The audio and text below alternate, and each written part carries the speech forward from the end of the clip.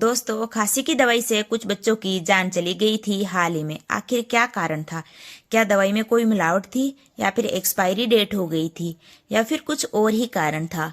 खांसी की ये सिरप कई राज्यों में बैन भी हो गई है। इसकी वजह क्या है, आइए जानते हैं, और कहां कहां हमें सावधानी बरतनी जरूरी है। नमस्कार दर्शकों, स्वागत है आप सभी का एक बार फिर से।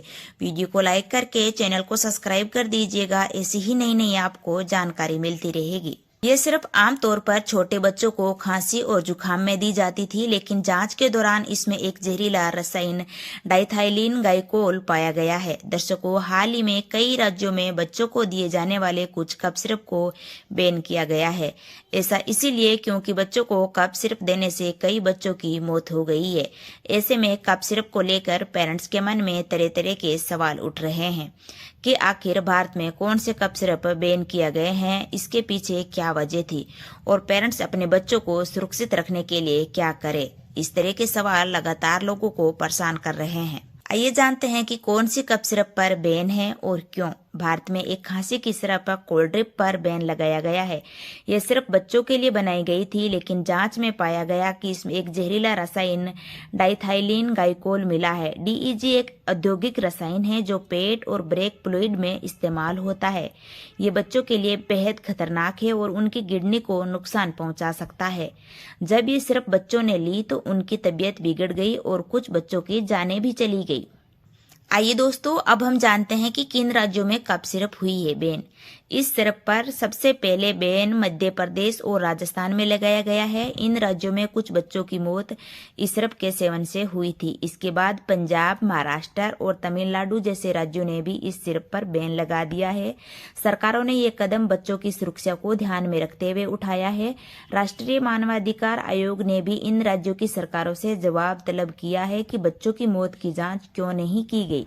आइए दोस्तों, अब हम जानते हैं कि कितने बच्चों की जान गई है अब तक। मध्य प्रदेश और राजस्थान में इस सिरप के सेवन से कम 9 बच्चों की मौत हो गई है। कुछ रिपोर्ट्स में ये संख्या बढ़कर 15 तक बताई जा रही है। इन बच्चों की उम्र 5 साल से कम थी और उनकी मौतें सिरप के सेवन के बाद हुई।